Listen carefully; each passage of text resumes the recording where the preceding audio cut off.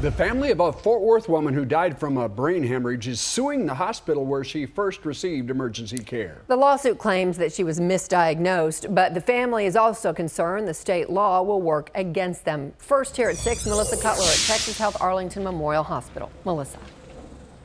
Well, Heather, this is a copy of the lawsuit, and it's 20 pages explaining exactly why the Stingleys are suing Texas Health Arlington Memorial Hospital. They are seeking damages, but because of Texas laws, they say they're never going to get the justice they say they deserve.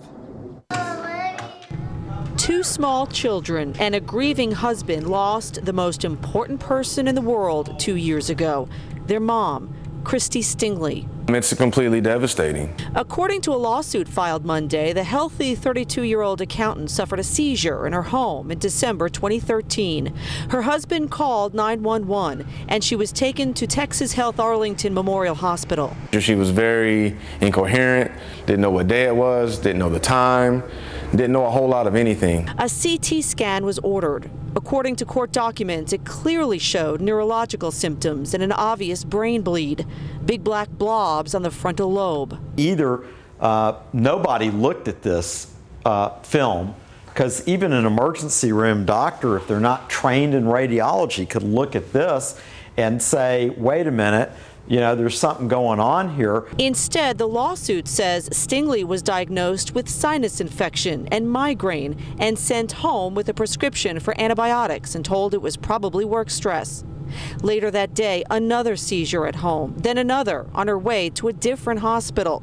Christy died the next day of a ruptured brain aneurysm. That when they go to the emergency room, you're rolling the dice. The lawsuit does not put a dollar figure on the amount of money the family is seeking, but malpractice claims are capped under state law.